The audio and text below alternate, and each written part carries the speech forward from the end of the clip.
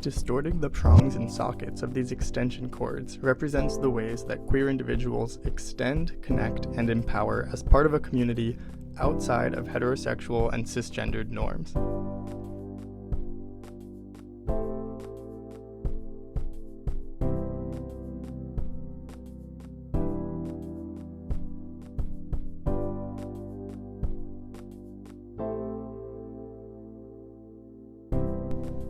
This is the jacket that I wore when I spoke on LGBTQ rights between approximately 2017 and 2019 at various rallies.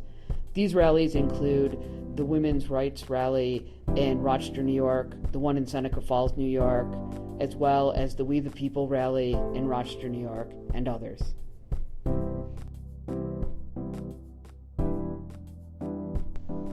While this book isn't explicitly queer, it is the first book that made me truly feel seen in any and all ways, and the specific edition was gifted to me by two people that were instrumental in me coming to terms with myself.